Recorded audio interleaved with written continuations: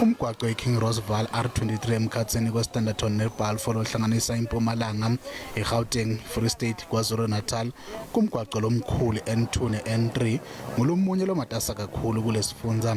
Kanti ke lokhu kubangela tingoti nekushona kwebantfu. Betemtsetfo bagcugcutele ukuthi bangavumeli inkohlakalo kulomgwaqo.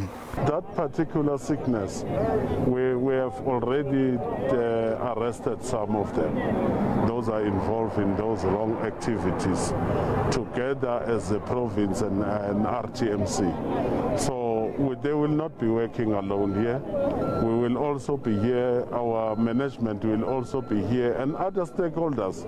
Ngikusho kwalomphathisa timoto letiningi tisebenzisa lomgwaqo kubalekela ama-toll gate. Kutfula kwaloluhlelo kuhlose kukhuphula kubonakala kwamaphoyisa emgwaqeni. When we are going to find anyone who will be contravening all those regulations, we will be left with no option, but we'll have to arrest them. Lumkhankaso uholele kuboshene kwaletinye timoto njengoba letinye betihlolwa ukuthi tikulungele kuba semgwaqeni. Labashayeli baletimoto abamange babe nenkinga nabamiswa.